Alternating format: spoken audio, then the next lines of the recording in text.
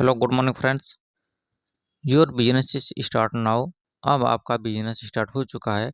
इसके लिए जो भी फॉर्मेलिटीज पूरी करनी थी सारी हो चुकी हैं और आपको पता है कि वो कनेक्ट परचेज करने का लास्ट स्टेज चल रहा है। और इसके लिए भी डेट भी आपको दिया गया है कि जनवरी के लास्ट तक कर सकते हैं, 30 या 31 तक आप इसको परचेज कर लें।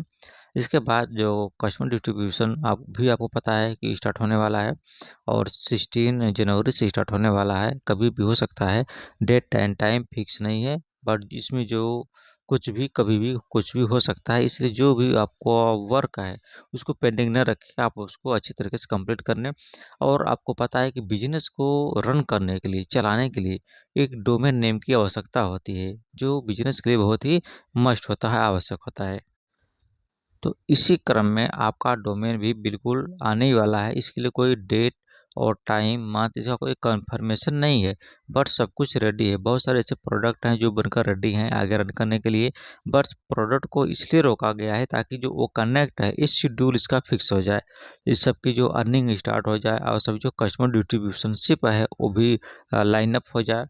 फर्स्ट फेज में कितने लोगों को देना है और कौन कौन से लोग हैं जिन्होंने प्रोडक्ट को ऑन टाइम परचेज कर लिया है और एंट्री कर लिए हैं। इसके बाद जो बचे हुए लोग हैं, इसके बाद अगर डिले करते हैं तो ऐसा नहीं है कि आपको परचेज़ करना ही मस्ट है। ये माइंड में ऐसा नहीं है कि आप कहीं से भी आपके ऊपर कोई बाउंडेशन है, प्रेशर है कि आप उसको परचेज़ करिए या ना करिए, ऐसा नहीं है। जैसे नॉर्मली आप समझ सकते हैं, अगर आपको आपके शॉप है, आप उसको ओपन करते हैं तो ये ज़रूरी नहीं है कि आप उसको ओपन कर रहे हैं तो बैठिए। आप बैठिए, मत बैठिए, चलाइए, वो आपकी रिस्पॉन्सिबिलिटी है। अगर आप प्रोडक्ट रखेंगे उसमें, कोई भी सामान रखेंगे तभी कस्टमर आएगा, तभी कस्टमर उसको परचेज़ करेंगे, खरीदेंगे, तभी आपको अर्निंग हो पाएगी।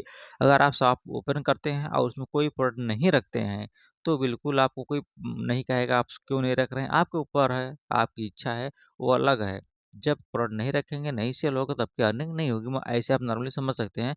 इसलिए आपको बाउंडेशन नहीं है कि आप वो कनेक्ट को परचेज़ ही कीजिए। बट अगर आप परचेज़ करेंगे तो आपके लिए कस्टमर ढूँढने का काम आपको नहीं करना है, आपको किसी की जॉइनिंग नहीं करवाना है, किसी को भी आपको प्रेशर नहीं देना है, ना आपको प्रचार-प्रसार करना है, ना फ्रेंड्स या रिलेटिव को फ़ोर्स करके उसमें लाना है, ऐसा कुछ नहीं करना है। सारा काम जो आपको जो हेडेक होता है, जो बहुत सारी कंपनियाँ करती हैं, वो ग्रुप बनाती हैं, जोड़ती हैं, प्रेशर देती हैं, आपको लाइए टीम बनाना है, ये सब ऐसा कुछ ही भी नहीं इसमें करना है। जो भी करना है, क कंपनी ऑलरेडी कस्टमर सर्च कर रही है। आप घर में बैठे हैं, अपना वर्क कर रहे हैं, लेकिन आपके लिए कंपनी सारा शेड्यूल बना रही, सारा शेड्यूल कर रही, सारा कस्टमर को सर्च कर रही है। और कैसे? ऐसे करे कि कस्टमर जो ऐसे-ऐसे आएँगे, जितने भी आएँगे वो लौट के दोबारा उनको रिटर्निंग नहीं होना है।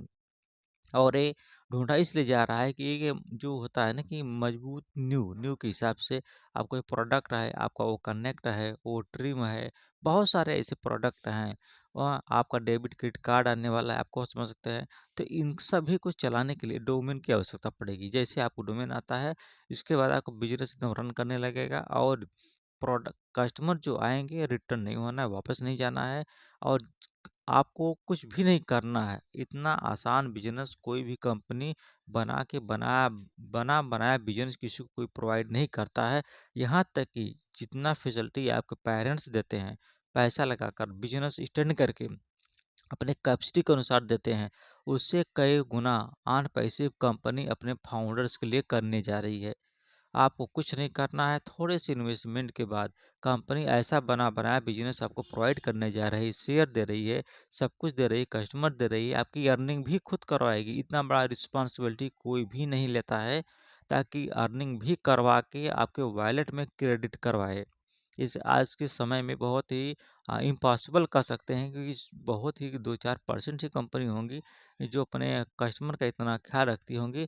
हालाँकि आपके जहाँ तक हमको उम्मीद है कि ऐसी कोई कंपनी नहीं मिली होगी कि सब कुछ आपको बना-बनाया आपको दे। आपको कुछ नहीं करना है, सिर्फ़ आपको अपने स्मार्टफ़ोन से ऑपरेट करना है, देखना है कितने लोग आ रहे हैं, कैसी अर्निंग हो रही है, कौन-सा प्रोडक्ट है, प्रोडक्ट का नाम ले लेना है। आपको यही करना है।